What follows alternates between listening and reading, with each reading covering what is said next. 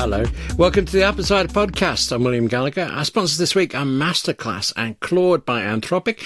More about them later. Although, if you're a subscriber to Apple Insider Plus, well, that's the last you'll hear of that. Plus, you will get Plus.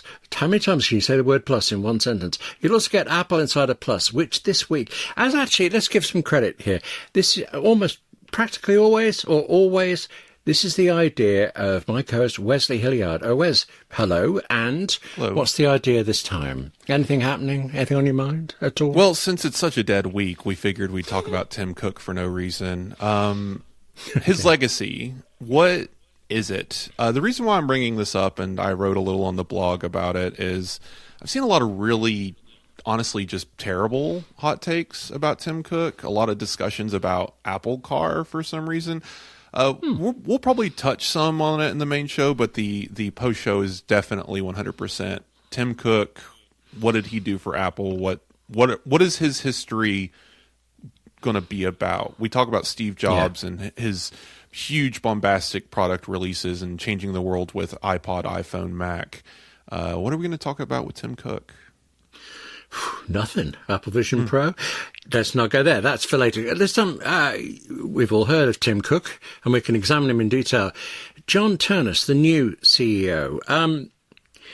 You said you've seen some things about Cook. I've been seeing preposterous things about John Ternus. People exclusively revealing what he's going to be like, when I doubt he knows what he's going to be like.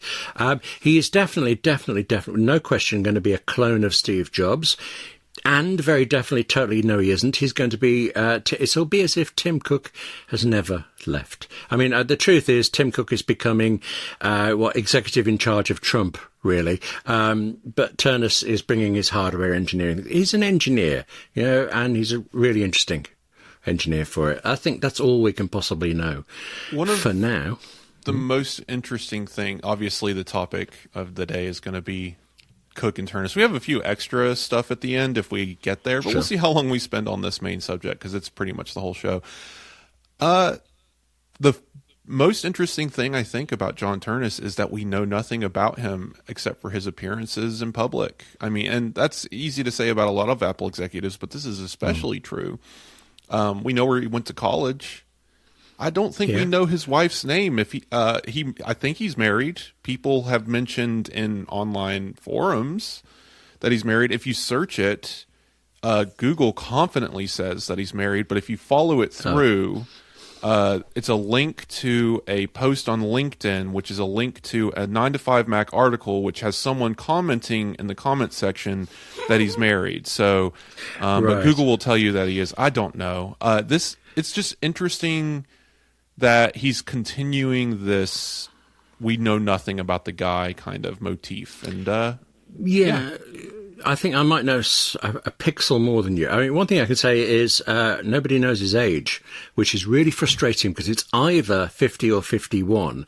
And if it's 51, then he's the same age as two of the previous CEOs. And I've forgotten which ones they were now, but I was digging into the statistics here. It's not a lot of digging, actually, William. There's like 7 or 8 Apple CEOs, all white male, mostly around the same age. It's a diverse group, really, it is. But Ternus, there are two things I think were really interesting when I was digging into him this week. And one is that his first big appearance was in 2017 when, I don't know if would this have been before your time, Apple did a very unusual thing of coming out to talk about future plans basically for Pro Mac users, and it was about the Mac Pro and things like that. Mm-hmm. You read the Mac transcript. Roundtable. Yes, that's the phrase. Thank you. I could not bring that to mind. You read the transcript of that, and there's Phil Schiller, there's Craig Federighi, and they're being their usual interesting, entertaining selves, and Ternus is silent until way, way down when suddenly there's a slightly technical question, and boom, he's off. He has the answer to that, and then he's in the conversation. He's making all sorts of comments for it, and again, he's as interesting as the other two. But it's funny that was 2017, because also that year is, I believe, and I know he did this, he presented at WWDC. He presented the new Mac lineup. So would that mean WWDC or around that? In that year, he announced new Macs and things. And he was good, was fine, was capable. He didn't have that kind of flair that Craig Federighi came into being with, but he had it, and you kind of knew he knew his stuff. But then flash forward, and I missed this. I don't know how. John Ternus has been so under the radar that I don't think many people noticed. He gave a commencement speech at his college in 2024, and he was fascinating in it. I mean, talking about, it was an engineering college, so he was talking about engineers and that mindset, that desire to solve problems and make things better for it. It was just really riveting stuff, and also funny because he admitted having nearly wrecked the University of Pennsylvania's one and only CNC milling machine. He said it was given the name of Crash for the rest of his time there. So the guy's funny. He knows his engineering. He has a lot of very champion? good skills. Are you just making that up, or do you know? No, he was on the college swim team, and Really? apparently, well, so someone was kind of poking fun at this because apparently, like, it was almost by default, like he won a race almost by accident, but like he was on the swim team, and he definitely looks like he was on the swim team. People have been talking about his appearance a lot, and he's been kind of a fitness guy. Okay, yeah. Well, you know, and he may not be behind the Apple Watch, but he was behind the Apple Watch because hardware. Do you know what his current? So this is fun. There are two hardware chiefs at Apple, senior vice presidents. One's hardware engineering, and one is hardware. The other one, The design, is that Molly Anderson? Yes. Yeah. No. I'm talking about Johnny Srouji and John Ternus. Oh, right. Sorry. Okay. Yeah. Two Johns. Yeah, actually, I want to just take a second step back there. I was really sarcastic about descriptions of Ternus's appearance, and I made the crack of what is he, a woman? And that's not because I think you should be, but because women, for God knows why reasons, are forever picked on this, not used to a man doing it. So I suppose it's fair. Is it more egalitarian? We should just stop it all. But anyway, Johnny Srouji, who, subject. as we know, was definitely going to leave Apple. No, he wasn't. But has now been tempted to stay by being given a longer title. Is that what you mean he's doing? Well, we're going to have to discuss Srouji. We're probably going to be bouncing around a little bit because there's a lot of crossing connection points here. So just to go down the news list, suddenly it's a Monday afternoon and there's just a post on Apple Newsroom out of nowhere. John Ternus to step in as Apple CEO as Tim Cook becomes executive chairman. And then 5 seconds later, Johnny Srouji promoted to chief hardware officer, which is a new thing that didn't exist before. I didn't realize that. Yeah. It's funny because I've been using it, and I don't know if I've been wrong to use it, but it's he's getting pushed from being a vice president. It's still vice president, but it's senior vice president role to a C-suite role. Now, senior vice president might have been C-suite. I don't know, but C meaning chief, right? So C-suite, chief executive officer. There's Apple's chief financial officer, chief operations officer. Now there's a chief hardware officer, which means he's basically a half step down from CEO now, instead of being a senior vice president. And what he's done is absorb John Ternus's responsibility. So he's still chip fab. He is still Apple Silicon, as you said, hardware design, but he is now also hardware engineering. Is it hardware design? I'm going to have to look because that's going to drive me nuts. Actually, that does feel like different roles. I mean, it's not like when Johnny Ive took over software design as well as hardware, but it feels like somebody who's great with processors isn't automatically going to be great with hardware else. engineering is basically hardware design. So we were conflating. It's hardware engineering, which was John Ternus's position, and hardware technologies, which is Johnny Srouji's position. They are now one, right? And it makes sense. So what Srouji has basically done, now I don't want to pick, this isn't pick on Gurman week, but we seem to be coming back to this a lot because he's had a lot of very odd reporting lately, and we'll get into more of that later. But one of his odd reports has come back to haunt us of Srouji claiming not that he was going to retire, but that he was going to move to a different company at 61 years old, even though he's senior vice president at Apple, the highest position in his field until now. and accomplished more than anyone could ever accomplish in his field with Apple Silicon, and he was going to leave for God only knows what pay. Definitely not substantial gain or popularity. Who knows? But he was apparently leaving, according to some person, some tipster that overheard an email. I don't know. Well, sorry, overheard an email. I like that description. Yes. Can I just point out, if he'd gone to Intel, he could have saved Intel. Look, there, he could have been a hero there. Okay. Yeah. It was never going to happen. But now we're retroactively making up a story. Sorry, I'm not going to accuse anyone of making anything up. A person familiar with the matter has clarified that Srouji was definitely going to leave until Tim Cook bribed him with this new C-suite position. But it couldn't happen until Tim Cook stepped down and Ternus took over, and suddenly Srouji was going to be promoted, and he just had to wait a couple more months, and he would get that super special fancy title.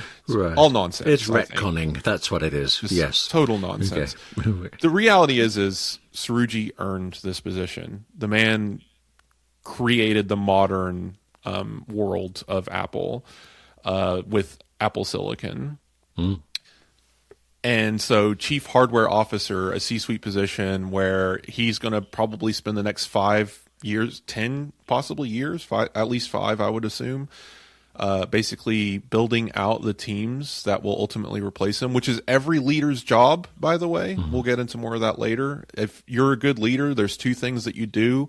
One of them is delegate, and the second thing you do is find your replacement. That's checkbox 1 and 2 if you ever are in charge of something. So I think I might have worked in some harsher corporations than you. I'm not thinking the BBC, I'm not. But you find your replacement and you get rid of them. That's what you do. You get them out. You get them finished. Okay. You find out who could possibly take over for you and make sure that they're incompetent and leave. Yeah. So anyway, Srouji is now in charge of this, and he has announced his 5 officers below him. I called them his underlings, which is, I guess, a meaner way of saying, yeah, he's basically delegating, right? How do you run such a large division? Because we're talking about a huge portion of Apple, right? Hardware engineering is design, manufacturing, testing, everything. It's the people who come up with the new keyboard that breaks in the MacBook, right? It's the people who come up with the more rounded corners on the Apple Watch, now paired with and the same leadership as the guy who's helping design the chipsets. And Srouji's known as a hands-on guy, but now he has to step back, and I think maybe he wants to because he's done the job. And according to some reports, he's pretty, I don't know, strict is the word, maybe. He's not going to be a walk in the park, as they say. He's going to be very much in the game. He's not going to be sitting in an office waiting for a report. I think he's going to be walking the floors and checking on what's going on, and that's going to be good, I think, for Apple. I mean, it's not that Ternus wasn't doing that, but having him go from Apple Silicon, which is doing so well, maybe hardware technologies needs a little bit of that too. So it's just a side point, but I'm hearing this might become a thing. Do you remember where you were when you heard that Tim Cook was stepping down? You were at work, weren't you? I was. It was my shift. Yeah. So it was just, we were kind of blindsided. What's funny is I was trying to write a story, I believe, about Savant coming back in July, and that's a very touchy subject because somehow it involves Charlie Kirk. So that's a whole thing. And I'm sitting here trying to do research on terrorism in America, and then suddenly Tim Cook is announcing he's stepping down, and I'm just overwhelmed by all of it. But yeah, it kind of wild. I was actually in our living room. Mike texted me, and I'm sitting there with Angela, my wife, and I want to tell her, but she's watching a YouTube video, and I can tell. I check on my phone, and my phone will show me the Apple TV credentials, and I can see there's an hour left on this video, and I don't want to. And I thought, yeah. And then she gets a notification on her phone from some news outlet. It broke the news before me. I was thoroughly annoyed. She stopped watching to talk to me about it. I could have interrupted. Anyway, so yes, I remember where it happened. Why did I go down that line? Okay. More seriously about why do you think this happened now? Because one of the reports that followed afterwards, the kind of inevitable report was, is Tim Cook ill? I truly believe that Cook would see out the current administration and the proper launching of Apple Intelligence. But instead, he seems to have waited for the 50th anniversary celebrations and for Apple stock to vest, which I know it did on April the 15th. And I honestly am not fully sure what vesting stock means, but... Those decisions are made so far in advance. He's not even making them. It's a requirement. He sells them every now and then just because he's trying to liquefy his assets. Cook's made it clear he doesn't want to be, a multi-billion trillionaire. He sells his stocks when he can at the legal limit and basically donates it and invests it and stuff like that. Like, he's not doing it to become rich and go live on an island. So to your point, does this feel like it came out of nowhere? And I'm going to say no. Two sides to this. The moment the news broke, that was quite shocking. But I think the fact that it was the news and that is John Ternus, I thought they'd actually seeded it very well for a very long time. Nobody had the slightest surprise that it was Ternus. We all had the surprise that it was now, kind of thing. So, yeah they did a good job. We knew it was coming. We didn't know when. And we talked about it here on the show. I was pretty adamant about Cook not going anywhere until the end of the administration. But Same. we also were hedging our bets on, well, if he is going to be executive chairman, he could just be an ambassador, which Apple has literally now said out loud. They didn't hide it. They were just said, oh, Tim Cook as executive chairman will continue to be the government liaison for Apple, which means he's going to deal with China, India, Brazil, and UK and EU and the United States. All the fun stuff. Yeah, which keeps Ternus' hands clean. True. I think that the reason why it's not out of nowhere, we didn't know the timing. And I was skeptical that it was 2026. Cook clearly doesn't want to go anywhere, but I think, you got to get out while the getting's good. And this is the peak of his legacy moment. We'll get more into this in the Apple Insider Plus segment, but I think Cook's strengths have reached a point where they can start to they're going to start diminishing soon, meaning the supply chain is going to start showing some weakness because of global unrest. The emergence of spatial computing is going to be slow and difficult to achieve, even though it is their new goal for the future. Apple Health is going to expand and continue to be the new tentpole feature for Apple, and that is going to be part of Cook's legacy.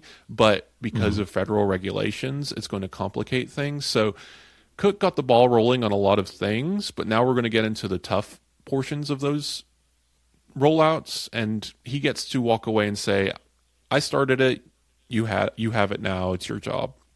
So you don't I'm timing-wise, with you on it feels health, right. But logistics, has always been his bag. Wouldn't you think that the supply chain having difficulties would actually be the opposite? It would be a time for him to do his doings more. The world's going to move on with or without Tim Cook. Sure. Again, I think we'll get to this in a second, but I wrote a blog post too about this kind of hero worship that we have for these executives, not just Apple, but in general. Like, people know the names of these tech executives, and they follow everything they say and do. And I don't know that that's really that important. I mean, it's fun to follow what they're doing, and they can sometimes be entertaining or sometimes just cringy looking at McDonald's, but like, it's one of those things where Wall Street has made it a point that they move on news of an executive changing. Right. And I understand the importance of an executive. I understand that their decisions can make or break a company. But at a certain point, a company is too big for that executive to make too much of a dramatic change. To be clear, when John Ternus takes over, nothing is going to change at Apple externally for years. I mean, he's going to have his own ideas, and we're going to see tiny shifts in certain places. right? It's we might like see turning more. a tanker. Yeah. It takes a long time. So Cook is an important asset to Apple, and he has done amazing things for Apple. But it's also Apple has done a lot of good things for Apple. It's not a monolith. It's thousands of employees, hundreds of managers, and dozens of executives making decisions up and down the chain to make sure this thing runs as smoothly as possible. And Cook has helped with that, but the whole point of leadership is making sure that your replacement can continue the job. And if your replacement can't continue the job, it's your failure as a leader. You didn't prepare them enough. You didn't pick the right person. And I have no doubt that John Ternus is going to be good at the job. And we're going to see that reflected in future decisions he makes to change Apple in ways that he wants it to be changed. But as you said, it takes a long time to make those changes. It's not like we're going to walk out in September and suddenly there's a MacBook with a Ethernet cable in it or something, right? Like it's just not going to happen. It's funny you should say that about CEOs, though. I wouldn't have said I could think of any CEOs of companies other than technology ones, and maybe that's because I work in that field. But then you mentioned McDonald's, and look at the way Ronald McDonald dresses. He does stand out. So they do get some attention for it, and I'm not sure John Ternus has that rock star appeal. But then neither did Tim Cook, and he gets treated like one. Okay. So I'm curious about where September the 1st is when John Ternus officially takes in. I mean, doubtlessly he already has. He's doing the job now, I'm sure. He's shadowing or being shadowed. I imagine that WWDC will still be fronted by Tim Cook this year. It'll be his bow out. What do you think? Tricky. Maybe they walk out together. It'll be interesting to see how they produce this one, but I have a feeling I don't know. I mean, this is one of those things where Ternus is still SVP technically of hardware engineering. He's still in that role, transitioning his, to Srouji and Srouji's underlings. But I don't know what that reflects as. Right. It really just depends. We might get a little peek under the hood at Apple's corporate culture. Like you said, is he already technically acting CEO? I don't think so. Not on paper, not legally speaking. But I would assume that a lot of this transition has already more or less taken place as they ramp up towards the fall, because the last thing you want happening on September 1st is actual handover, right? It should already have been handed over because the Here are iPhone the keys. Here's my office. Yes, okay. It doesn't happen. It's about to launch, So it could be a bowing out for Tim. It could be a handshake moment. Maybe Tim walks out and says good morning, and then Ternus just walks up and shakes his hand and takes over. Like I think they could have a moment here. I think it might be fun. I think it'll be Cook's final bow kind of thing. I think also there might be some political things about, there's got to be a thing going on in Apple of Craig Federighi and Phil Schiller. Do they have to start calling John Ternus Sir after the 1st of September? And how do they feel about that? Probably. I don't think they've ever been that kind of company. Well, there was Dr. Gil Emilio. That was a thing, actually. But yes. Interestingly, he denied, he was blaming other people for that, and yet he was doing it. So, CEOs, what can you do? Okay. All right, so that's WWDC sorted out. I'm still interested in the whole Srouji thing because it's, apart from the fact that I've now learned to pronounce his name, so I want to keep, saying it to prove that. The move from processor to the rest of it. I think Apple has always pursued this idea of owning the whole stack, of doing the whole thing itself. Until recently, it had to get modems in, but it's got those itself now. It wants to own everything so that it can control everything and everything can work together. But one of the things I read about Srouji was a headline that said this was the start of Apple's drive to do its own processors. And I'm thinking, does it not? I mean, I know they use ARM, but Apple designs them, TSMC makes them. I don't understand if there could be any processor difference with this change, or am I missing something really obvious? I don't know. That headline sounds stupid to me. I didn't read that story. That they already make their own processors. They're making their own modems. They're making their own Wi-Fi chips. Top to bottom, Apple is controlling its silicon. I'm not sure what the story was getting at, but Srouji being oversight of the entire hardware team doesn't really change anything in that aspect. They're going to continue pursuing more ways to vertically integrate hardware and software. They're going to continue replacing every possible part inside of the product. Maybe Apple starts making their own batteries. I don't know, but I don't think that has anything to do with Srouji. One thing I think was interesting about some of the stories coming out was this usual attempt to spin everything as a failure. Yes. Okay.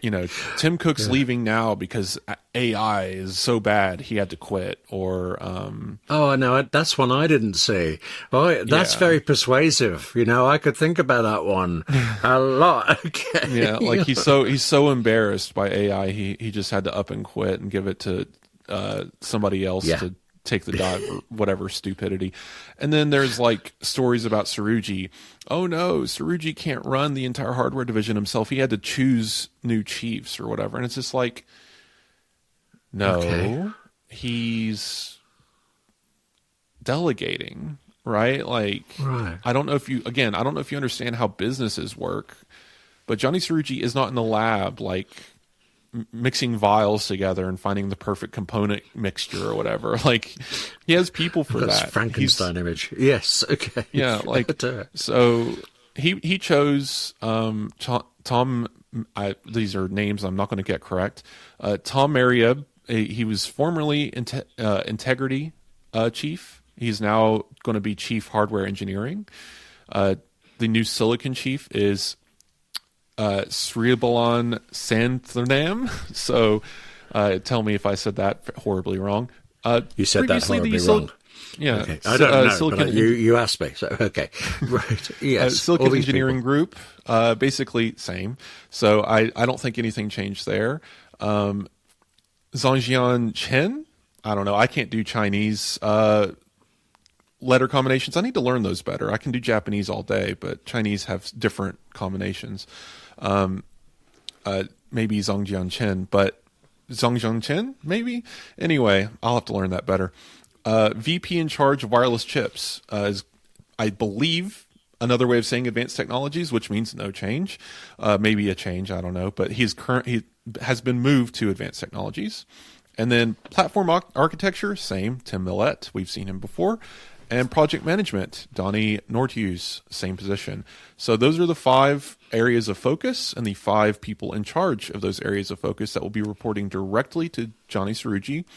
And I found it really entertaining because the same story, or at least maybe a different story, this was the Srouji wanted to quit story. And that's it. There was a story about... there's been like 12 Bloomberg stories this week about the transition, and all of them... I don't know. They're really going hard here, trying to monetize, or at least drive the market on this news. But one of the stories was about how upset people are, and Ternus is going to have this. Yeah, he's going to have trouble keeping his people because they're all going to quit, and everyone's leaving Apple, and there's no engineers left or whatever because. If you've been following the stories over the past year and a half or so, everyone's quit Apple and gone to Intel and Spotify or something. Yeah, we actually worked it out that there are only 164,000 people left at Apple. We calculated it. So, yes, yeah. I read those stories too, but doubtless if you do Trump math on this, that's a 16,000% decrease. Moving on, there will be people who wanted to get these jobs and didn't get them. It happens the same in any company for it. There will be people who leave, maybe over this, but they're going to be reported as leaving because of Ternus. Every person that quits, I swear we're going to hear about a janitor next week. Is going to be because John Ternus took over. That is so. Go ahead and prepare yourself. We're going to have 100 articles between now and December about every single person who's leaving is mad because John Ternus is terrible and they think the future of the company's in danger or whatever. Although there's something to be said about that from the other side, which is something we'll say in a moment. This episode is brought to you by Masterclass. You know this. Masterclass is famously where the very best people in their field have made you hours upon hours of really specific, really practical, really personal videos about their craft. It's like having them working with you, and the topics range across, well, everything. Certainly technology, you find a lot about that. But, for example, I'm a writer, and while this is a pretty broad ambition, not to say nebulous, what I wanted to do was get better at writing. So I had some lessons with Aaron Sorkin. Shonda Rhimes gave me a lot of tips. Margaret Atwood, Margaret Atwood told me ways to create better characters. Then, because Masterclass is one subscription that gets you everything, I could study some very seriously, but if I've ever passed you on the street, I've told you this, I also just worked through Jodie Foster's classes on filmmaking. I'm not making a film. I watched just because she's so interesting. I didn't especially expect, I was going to say to learn from her. What I mean is I didn't go in with a lesson I was looking to learn, but she actually spent an extended time working with a scriptwriter, and it was eye-opening. Seeing a brilliant director and a brilliant scriptwriter, both sides of that relationship, and I've used that since in my working with directors. Speaking of relationships, though, we're not that far from Mother's Day, and isn't all that much further to Father's Day, is it?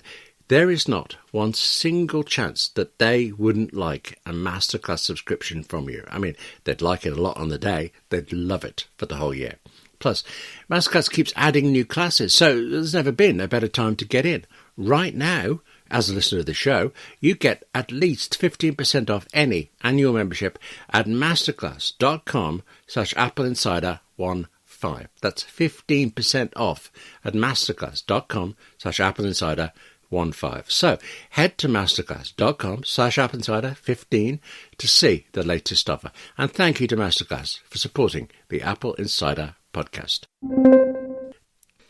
Did that tantalize you enough? Was that good? Just try to tease you into that. One thing we just said that people will leave. I wouldn't be surprised if Ternus fires people as well, because, Tim Cook did. He got rid of Scott Forstall. We know reasons for it, but, he still did it. Ternus has got to be in charge, and one of the things we have learnt about him, allegedly. Do you know, I'm going to dial that back. One of the things we've heard about him, rather than learned, is that he is more decisive. I believe more decisive than Tim Cook.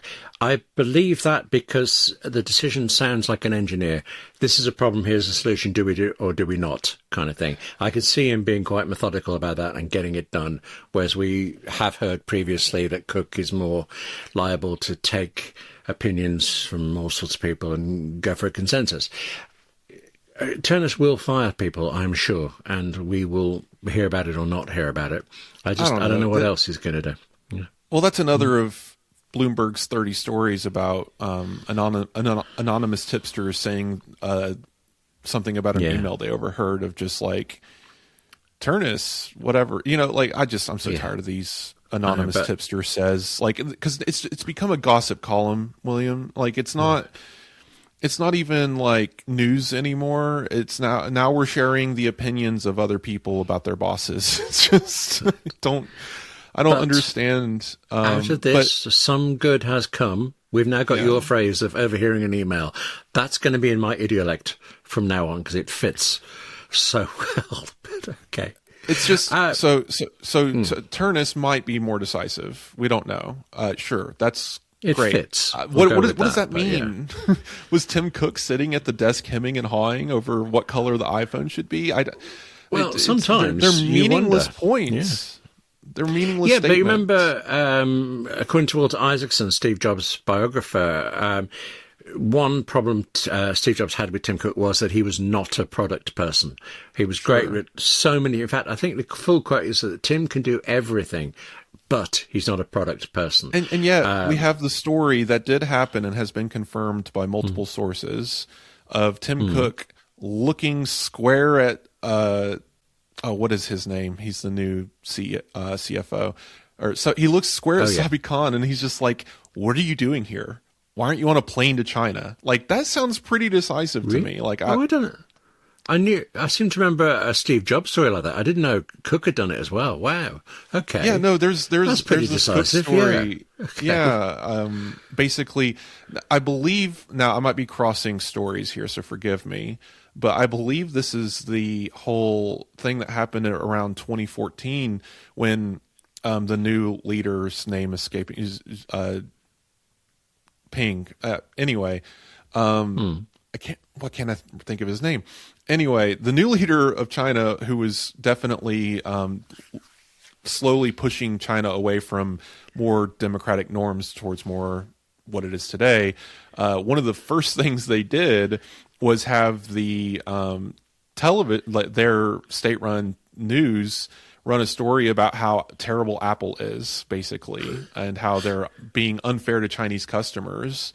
And I believe that is the same moment that Tim Cook basically said, we need to take care of this now. And I believe it might have been Sabi Khan that was one of the people getting sent on a jet direct without any clothes, had to land in China and buy his anyway. So just, yeah, like those examples like that tell me like Cook is a fine decision maker. And it's always so funny to me, like in any type of transition like this, people are going to be desperate to make comparisons, and they're going to try and choose teams. And so if they're like, oh, well, we're ready for the hardware guy, so they got to look for reasons why they hate Tim Cook now. And even though on paper, Tim Cook increased the value of Apple by like 1,600% or something stupid. But remember, John Sculley, the most maligned CEO ever, took Apple from, was it single-digit millions into 800 million before he just seemed to lose interest, really.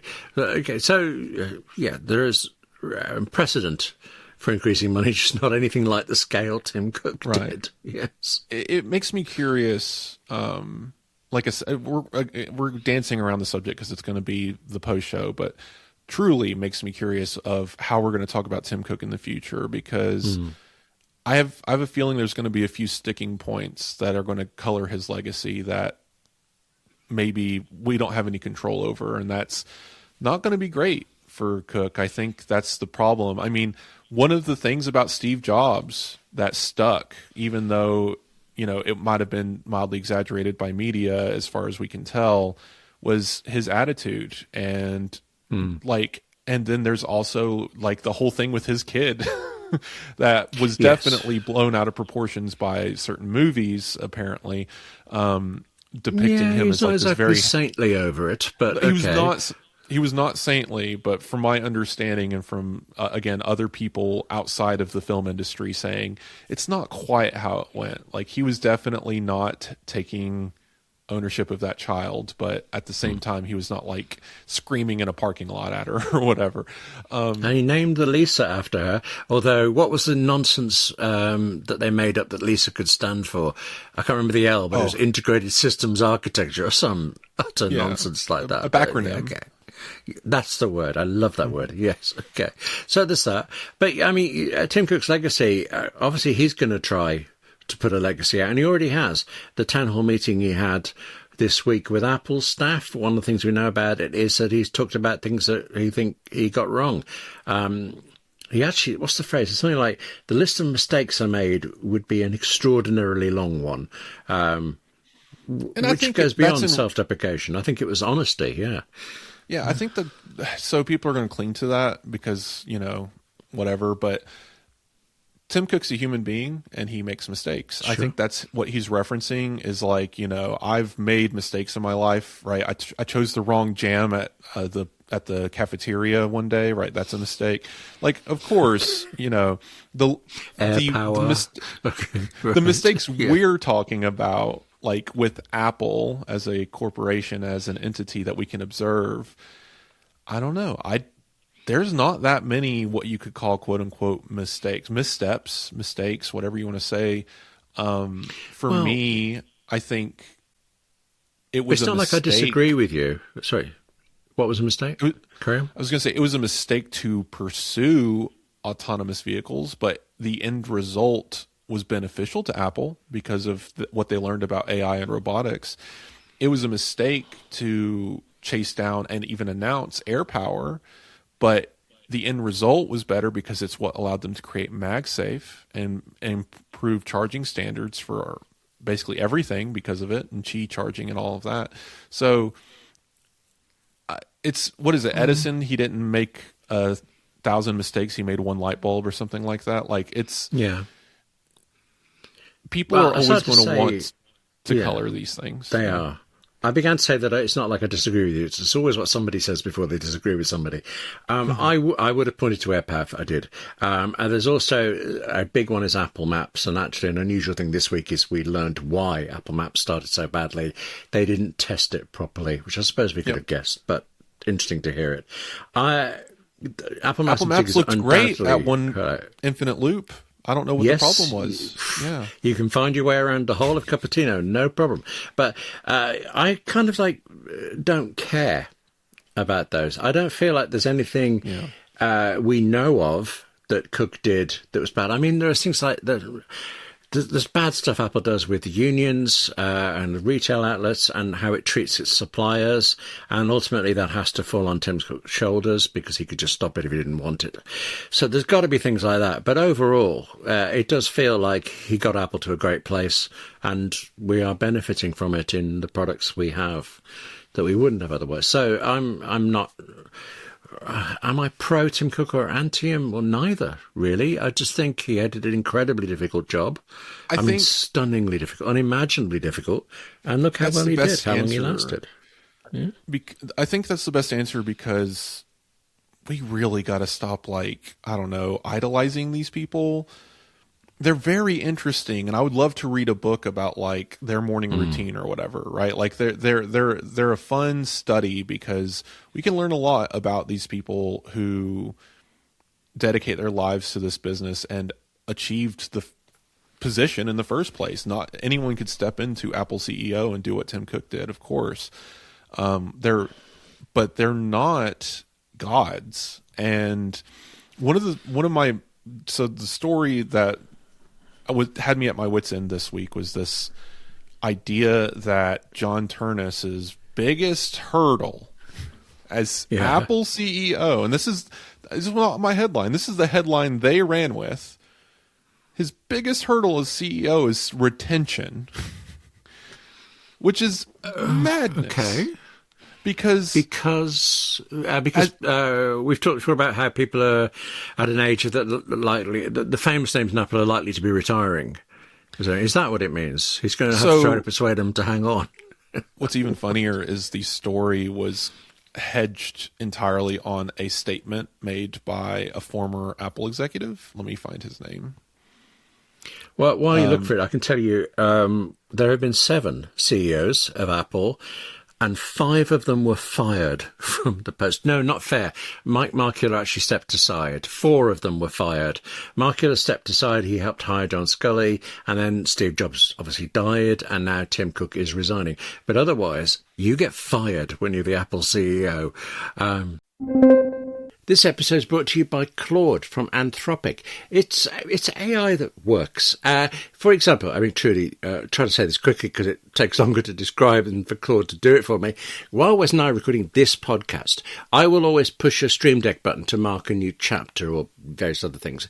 And at the end, I end up with a list of timestamps. But maybe we started recording a few minutes early, and also my timestamps, so I've done them, they're just in minutes. So, for example, this week, this episode, the recording session ended after 119 minutes. But it started 4 minutes and 23 seconds early. I need to know when I'm editing how far into the episode we have a chapter or I cough or something like that. So I take my list of times, my list of minutes, and Claude resets it all to start from 0, from the start of the recording, and, because I asked it to, also reformats all of the times so that instead of just minutes and seconds, it shows me hours, minutes and seconds. Now, I know this is far from the most complex thing Claude can do, but it took moments, and it makes editing so much easier and quicker. It's one of those things now where I wouldn't do it any other way, and why in the world would I? Plus, I'll tell you this. I tried exactly the same thing with ChatGPT and with Apple Intelligence, and they both got it wrong. Claude is the AI for minds that don't stop at good enough. It's the collaborator that actually understands your entire workflow and thinks with you. Whether you're debugging code at midnight or you're strategizing your next business move, Claude extends your thinking to tackle the problems that matter. In my case, it lets me concentrate on editing instead of trying to calculate where 104 minutes and 35 seconds is when we started at 4 minutes and 20. Yeah, just madness. For problems worth solving, get started with Claude at claude.ai/AppleInsider. That's claude.ai/AppleInsider. And check out Claude Pro, which includes access to all of the features mentioned in today's episode. claude.ai/AppleInsider. And thanks to Claude from Anthropic for supporting the Apple Insider podcast in so many ways. So Tony Blevins, do you remember that name? Thank you. Yes. Yes. He was the former procurement chief. Basically, he was Tim Cook's replacement, more or less. Now, this guy's been gone from Apple for a while. I don't have the data in front of me, but maybe 2022 or something. And he did an interview. And what's funny is, this is Bloomberg. They mention the interview, but there's no link or reference to even who did the interview or where it took place. Did Bloomberg do the interview? They didn't even take credit for it. I mean, if it was them, great, tell me. But they didn't even say who did the interview. He was just in an interview in space and someone overheard it. And he said that, he was talking about a couple of things. He's the one who mentioned that Ternus is one of his biggest challenges. And this is actually not wrong. It's just so funny that this is the premise of the piece. So let's get to it. His biggest challenge is that Steve Jobs was basically the one who selected the almost entirety of the current Apple leadership, minus maybe 3 people who have since retired under Tim Cook. We're going to see Eddie Q and Craig Federighi and, these big names start to finally move on, retire, change under John Ternus. And this is going to be a huge challenge to replace them. Here's the thing, though. It's both right and wrong. They have big shoes to fill. Absolutely. I'm not going to downplay that. Those are very important people, and we've grown to love them because of their presence in Apple keynotes and these affairs where we get to see them, and they've made memes of them, and we get to be entertained by their presence. Otherwise, we wouldn't know their names if it wasn't for Apple's push to have these names out there. Other companies are not the same. Tell me who the chief hardware officer or chief engineering officer of Microsoft is right now off the top of your head. Sarah McFarland. I'm sorry, I just shot in the dark, made it up. I have a friend called Sarah. That's a good name. It worked, didn't it? I got to bluff this out for at least a minute. No one's going to check. Okay. No one's going to check. True. AI generated that. So, anyway, Blevins' point was basically it is going to be a difficult thing. And of course, Bloomberg, built a whole story around this idea that not only is it bad that these people who have been at Apple for 40 plus years. Someone asked Chris Espinoza how he's doing. The whole is he going to quit? Employee number 8, isn't he? Yeah, something like that. So the idea is basically that yes, it is going to be difficult, and I agree with Blevins on that point. Filling those shoes is going to be a lot. We're going to miss Craig Federighi for sure as fans of Apple and people who watch these keynotes. Here's the thing. They're not going to have any trouble replacing them. I think that's another point. It's a difficult position to fill, but they're not going to have any trouble filling it. Those both can be true at the same time. The point of Bloomberg's piece was it's impossible to fill their shoes, and everything's going to catch on fire and die. And then, of course, they go into and they've lost 12 engineers from AI and a dozen design members left with Alan Dye or whatever. Yeah. I really dislike this piece because it just seemed very silly to me. But my point here is, once again, stop with the hero worship. We like Craig Federighi. We're going to miss his hair. But he has already chosen who's going to replace him. That person is probably ready to go right now, sitting in the aisles, just going to step right in. in lockstep as if nothing changed. There are plans for products and designs and system software features and services for the next decade at Apple. The runway is long. Yeah. It's not as if someone's going to get hit by a bus and then we're going to forget how to make an iPhone, right? And so this whole idea needs to stop because it's driving me crazy. We're going to be fine. Yeah. Apple's going to be fine. We've seen some really solid transitions in the last few years, and this Cook to Ternus transition seems like it's probably going to be one of the smoother ones. And if they can transition CEO that easily, I think they're going to be fine on software and marketing. Unless they all retire on the same day. Then that'd be great. Oh, man. That'd be interesting. Bloomberg would be so excited. That would be the greatest day of their life. Moving on. I am trying to think that has there ever been a point, I'm totally with you. I just wonder, has there ever been a point in Apple's history when a significant number of senior executives have left or moved on for any reason at around the same time? And I don't think there has been. Last year? Like November? Okay, Craig Vigorig's still there. Phil Schiller's still there. Well, he's not doing a lot. Phil Schiller. I'm not talking about I'm not talking about that high. That's what I'm thinking. Lower. Yeah, one step lower. We lost like the legal person and the environmental person. Oh, true. We lost a lot of vice presidents at once, and that was a heyday for Bloomberg. It was like trouble in paradise. Everyone hates Tim Cook. And doesn't know he's going in a few weeks' time. Are they all going dull? No, but he forgot. They forgot to mention that they were all retiring.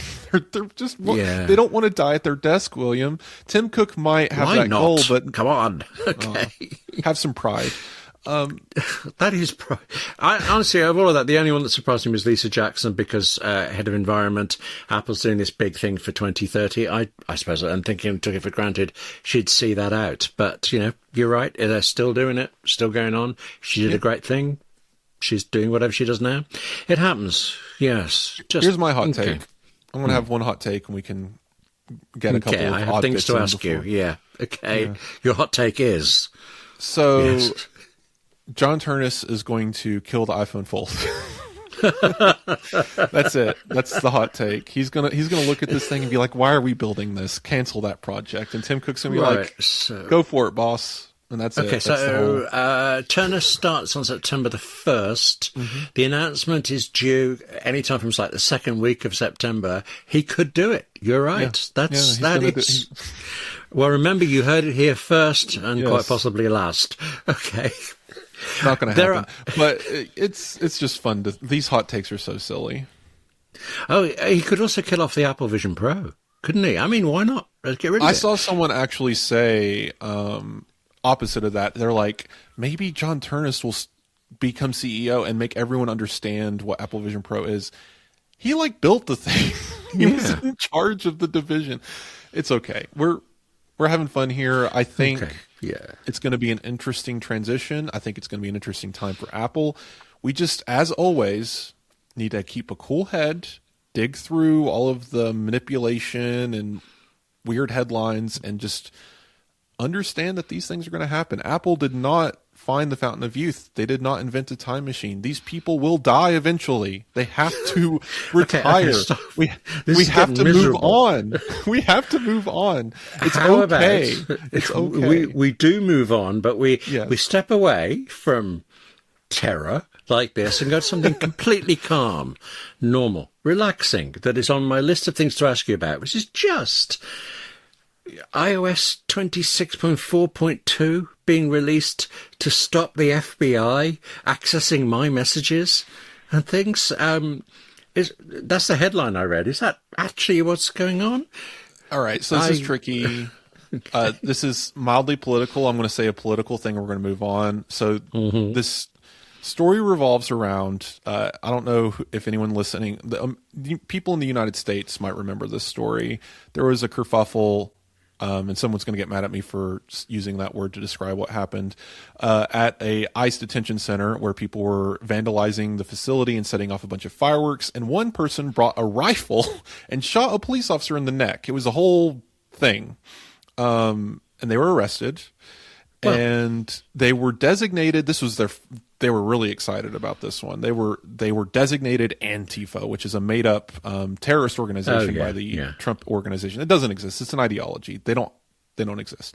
Anyway, they were designated that, and this was going to court. And it was this big deal, and the FBI wanted to prove that, first of all, there was a secret Antifa leader and collusion and all this stuff. So they got a hold of their iPhones and used a forensic tool, and that's a fancy way of saying they bought something from an Israeli firm, Cellebrite probably, or Gray Key, that allows them to break into iPhones as best as it can. Now, we talked about these things in the past. They're not like perfect hackers. What happens is they look for vulnerabilities. If you have the latest iPhone and the latest patch, it's going to get like nothing. It's going to get a couple, whatever is not encrypted on your device, basically. Loose notifications that haven't been deleted yet, and just scraps of data about time and place, GPS location type stuff. It gets almost nothing. The older you get and the older the OS version you get, the more they can crack and steal because they're using vulnerabilities, which Apple patches very quickly. It's one of the reasons why it's important to update your device. Well, they plugged in this phone that had the owner of the phone that was involved in this incident at an ICE facility deleted Signal off of their phone because they had used Signal to communicate what their plans were. But the FBI was still able to get a lot of their conversation, even with the app deleted, because Notification Center, the notification system on iPhone, had stored basically plain data of the notifications of the messages coming in. Some of them might have been chopped off and only said part of it, but it had the raw data of Signal, even without the app installed, and they were able to recover information from that. And the FBI testified that that's what they had done in court. So, except, hang on. Would that data have been the actual messages or the Apple Intelligence summary of it? Because it could be ludicrously wrong what's been taken by the FBI. Well, the trick is the summary collapses the data, but the data's still there. Okay. It's a funny thought, but all right. Okay. To be fair, this was a failure of two things. One, it was a bug, actually, in Apple's notification system. It's supposed to be deleting those notifications pretty quickly, especially as a part of the app bundle when the app is deleted. So something went wrong there, and things were being kept longer than they should have. Also, this is a failure of the Signal user. They had a feature turned on in settings, which you can still turn off, that allows notifications to be visible on the lock screen. You don't really want that from an encrypted messaging app that you're using for your secret communications. Turn that off. No wonder I can't be a criminal. I would never have thought of that, and it's so obvious now you've said it. Okay, yes. So you can actually set it up granularly in the Signal app and say, only show the name of the sender and not the message. But actually, this person had the messages coming through as well. Sorry, I've got to tell you this because this is just flashback to me. I was once in a pub sitting opposite almost a whole group of us, and I worked out that this woman was having an affair because she kept getting texts from an unknown number, and there was something furtive about it, and it turned out she'd kept him as unknown so that nobody would spot it. And yet I worked it out in front of her. I felt quite Sherlock Holmesy at that point. But okay, yeah, and so this shouldn't have happened. Now, okay, so this, to be clear, this isn't a story about Apple is trying to stop the government from solving crimes, right? That's not the story. That's how people might try to pitch it.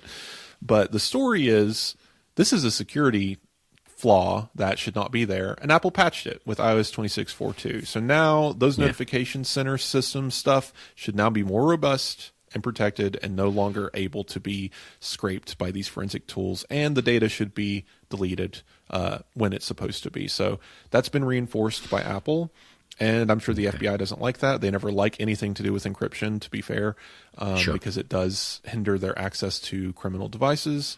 But as we've said before in the show, they were solving crimes before the iPhone. I'm sure they can solve crimes after encryption. So. There were these two more things. I said there were three things I wanted to ask you. One of them's really quick. One of them I have a feeling might take a while. Let's do the quick one first. A 200 megapixel camera is coming to the iPhone, but not yet, and it might be later than people said before, though I don't remember when they said it would be before. Why do I care about a 200 megapixel camera?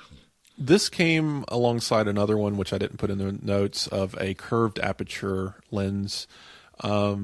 So Apple obviously is just working on advancements for its camera systems. We've done quite a lot. It's hard to do more in the space that we have without making the phone into a DSLR, basically. So one of the things that we can do is increase resolution, but you're not going to be taking a 200 megapixel photo. This is one of those Samsung Galaxy gimmicks that they have, where they do have like an obnoxious, probably 200 megapixel. I know it's 100, but I'm sure some phone now is 200, where they pixel bin and they combine the pixels together to make one big pixel, basically. And that's what Apple would do here. They would bin it down to 24, or maybe they would increase to like 30 or whatever the multiple would be for 200 megapixels. But so it would definitely be binned, and you would definitely be getting a normal 24, 48 megapixel shot from this lens. It just means more pixels available to designate you're going to be a focus pixel. You're going to be a light sensor. You're going to be long exposure. You're going to be short exposure. And that can all be in one cluster across the view of the lens, and get this really dynamic computer not manipulated, but what's the word Apple used to use? The computational. We haven't talked about it. Is it computational photography? Computational photography. We haven't talked about it in a while, but that's basically what it would be doing, is combining multiple exposures and multiple frames. Maybe they might take a black and white shot with some of the pixels to get more texture information, to recombine that back with the original image. There's a lot of really cool stuff you can do with computational photography. But that's what more megapixels would allow. Currently, the max on iPhone is 48 megapixels. Okay, so nice, but I shouldn't be distraught if it doesn't come out in the iPhone 18 Pro Max. It'll be cool if when it happens, and if it happens, these things are only going to get bigger. But I'm sure there's a button somewhere, a RAW mode, that'll let you take a 200 megapixel photo, which in reality means that you could print it on a billboard and it be the size of a billboard and visible. Like 200 megapixels is gigantic. I remember buying a Sony camera, and it was one of the first with like 60 megapixels, and I was asking someone about it, and they're like, oh yeah, this just means the dots per inch can be bigger, more or less, when you're printing, the resolution's bigger. So at 60 megapixels, that's basically like the size of a 20-foot poster on your wall. Like, it's already just gigantic how big these things can get. Think about it like this. A 4K television is basically the equivalent of a 12 megapixel photo. A 65-inch 4K television is a 12 megapixel photo. Yeah, so it's enormous. Okay. Yeah, gigantic images. Yeah, it's made me think, it'll come or it won't. The thing I thought would take longer is, because it involves the Apple Vision Pro, this is another one where I only know the headline, and so actually, if you don't know the story either, this could be shorter than I think. Star Wars, I presume it's the Mandalorian film, whatever the latest Star Wars movie is. They have saved some money by using Apple Vision Pro instead of what? I don't know. Do you? So I wrote the story. Jon Favreau, I really like this guy. All right, go watch Chef. If you like movies, go watch the movie Chef.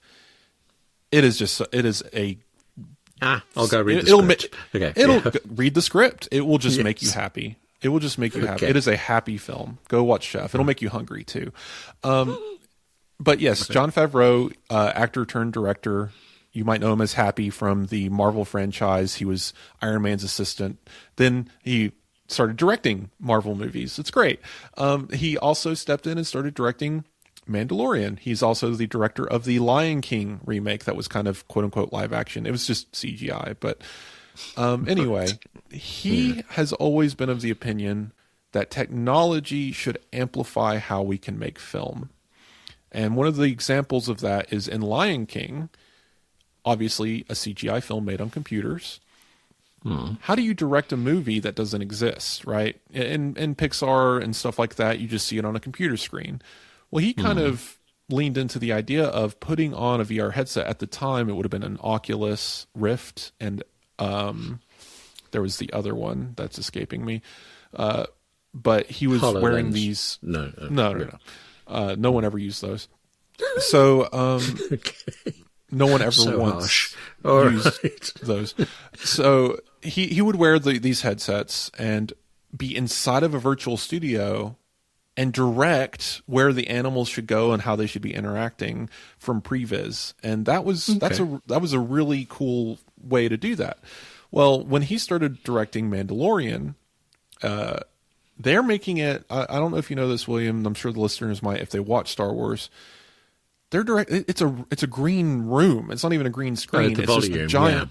Yeah, it's a giant felt room with nothing in it except some boxes to use as props and furniture. And the actors are in full dress. You know, the guy's there in the Mandalorian armor, and then the aliens in a mocap suit, right? And they're just on this green stage of nothing, and they're performing the entire of everything. Tatooine, green room. The bar scene, green room. Doesn't matter. It's just it's the same stage.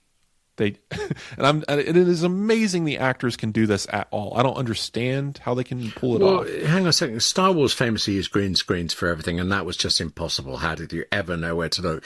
The Mandalorian, the TV show, used this thing called the volume, which was this wall of LED screens, which was actually showing things on it for you to react against, and it was affecting the light and stuff. Is the film not doing that?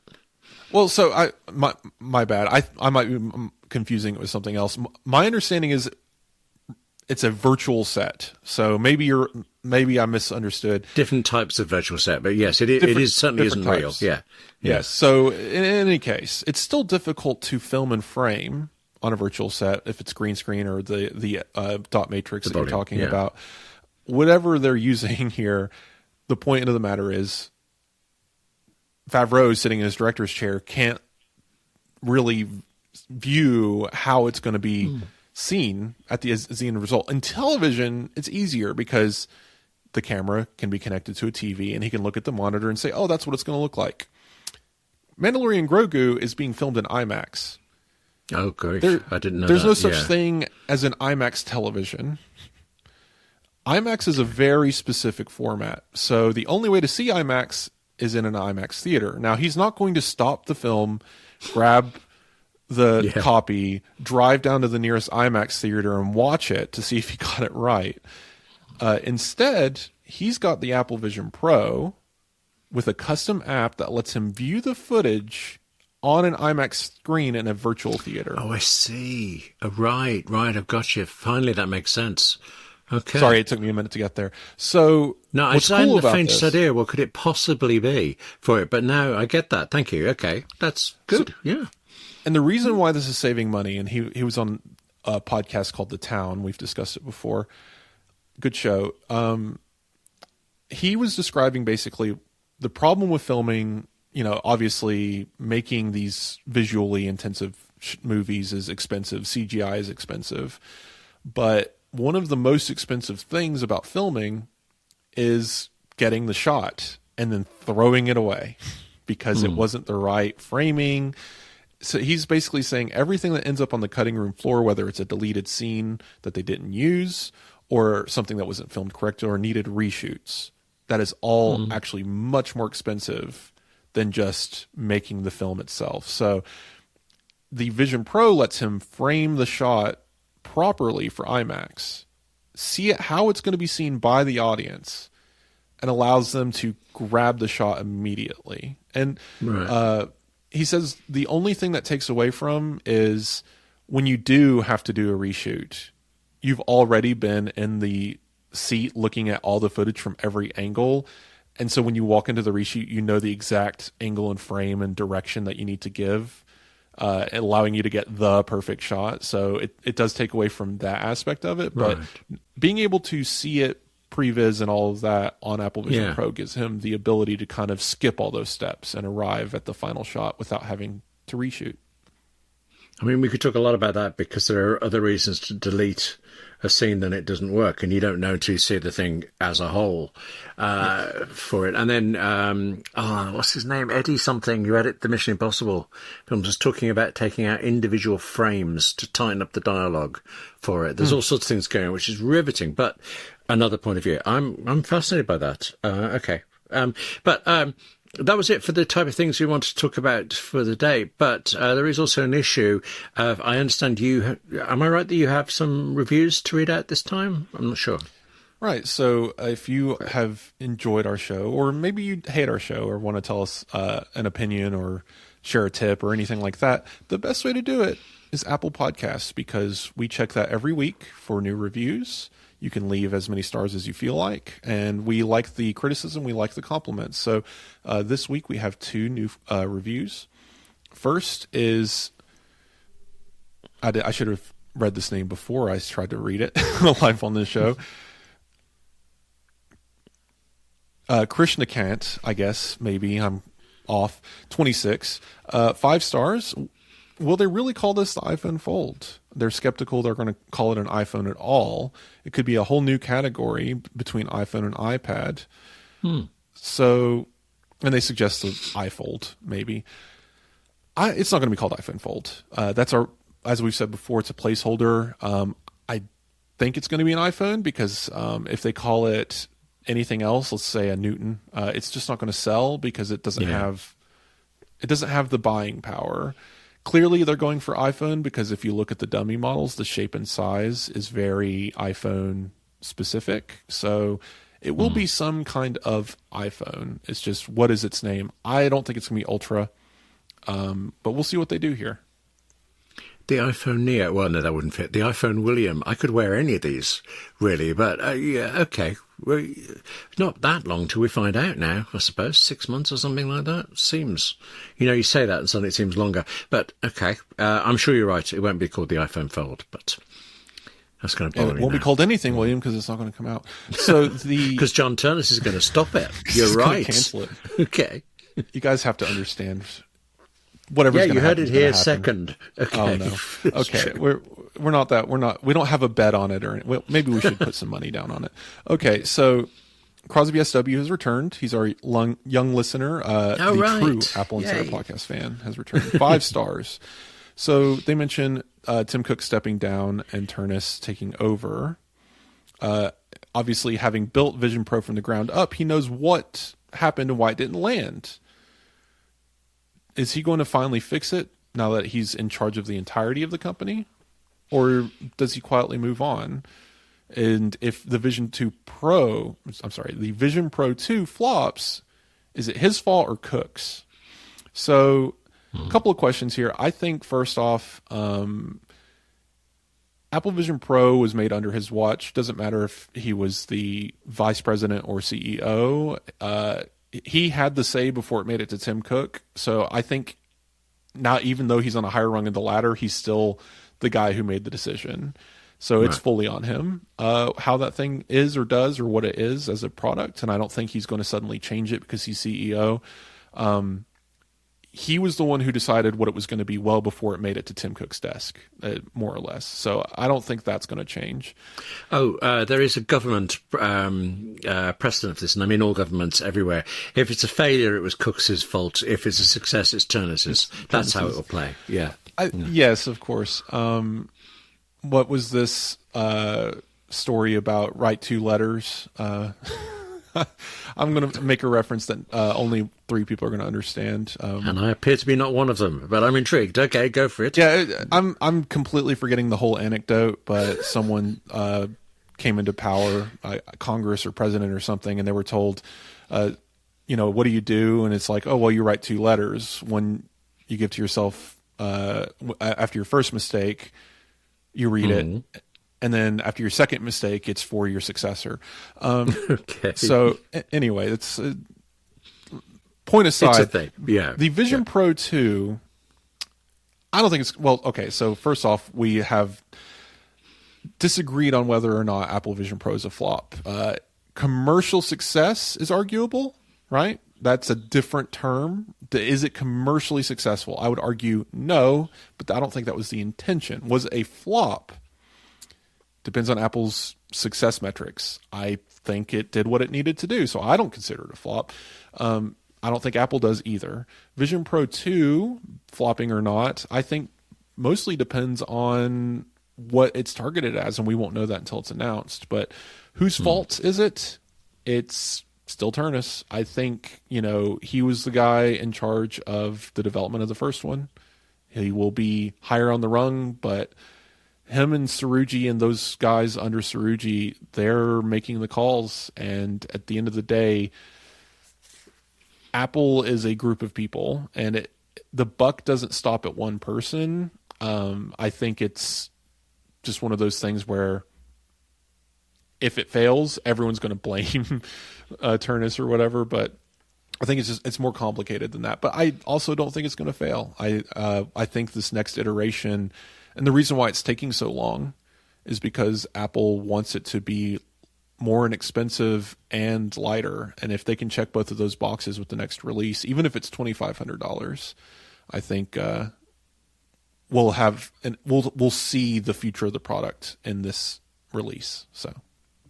So Wes, if someone else wants to give us a lovely review, how do they contact us? And if they don't, how do they contact you? If they want to do a bad review, yeah. So, of course, Apple Podcasts. If you leave reviews other places, we're not going to see them. We don't check those because there's too many. But yes, Apple Podcasts, just go. Even if you don't use Apple Podcasts, if you're on Overcast, you can go to Apple Podcasts, leave a review, and then just close the app. And run away again. Yes. Yeah. Smash grab reviews. Okay. Yeah, so it's totally fine. We don't care if you use Apple It's Podcasts. worth it for good reviews, though, isn't it? Yeah. It's definitely, that's why you should do it. So you can email me, wes@appleinsider.com. You can also find me on Blue Sky, Hilly.tech, Mastodon, Hilly Tech. Easy to get to. My blog, of course, is out there. You can reach out, tell us what you think of the show. I get a lot of good emails, get good questions from the emails. I've had a few purchasing conversations and things like that happen there. Always happy to hear from our listeners and what you think of the show. And if you have any pitches for topics or Apple Insider Plus, we're always happy to hear those. But William, back to you. Where can people stalk you on the internet? Well, actually, they can't. Nobody can. Not for the next week or so, because I'm going to be away next week. But other than that, you can. It'll just take even longer than usual. If you try me on william@appleinsider.com, or there will be another YouTube 58 Keys video if I get it done in time before I have to. There's been a new 58 Keys every Wednesday night for 6 years, unbroken. So there'll be one this time, but it's a bit tight this time.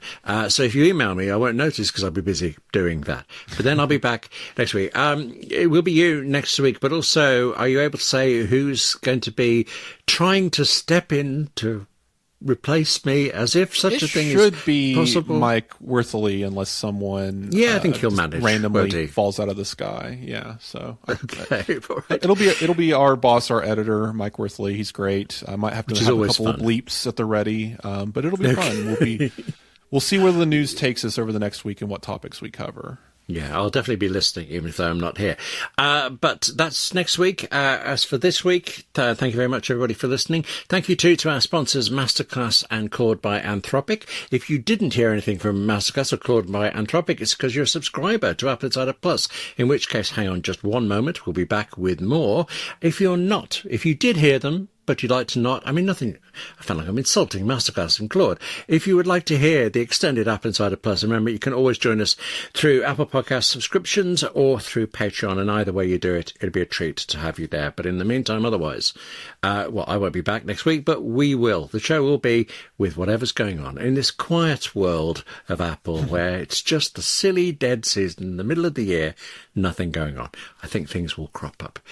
But speak to you sometime.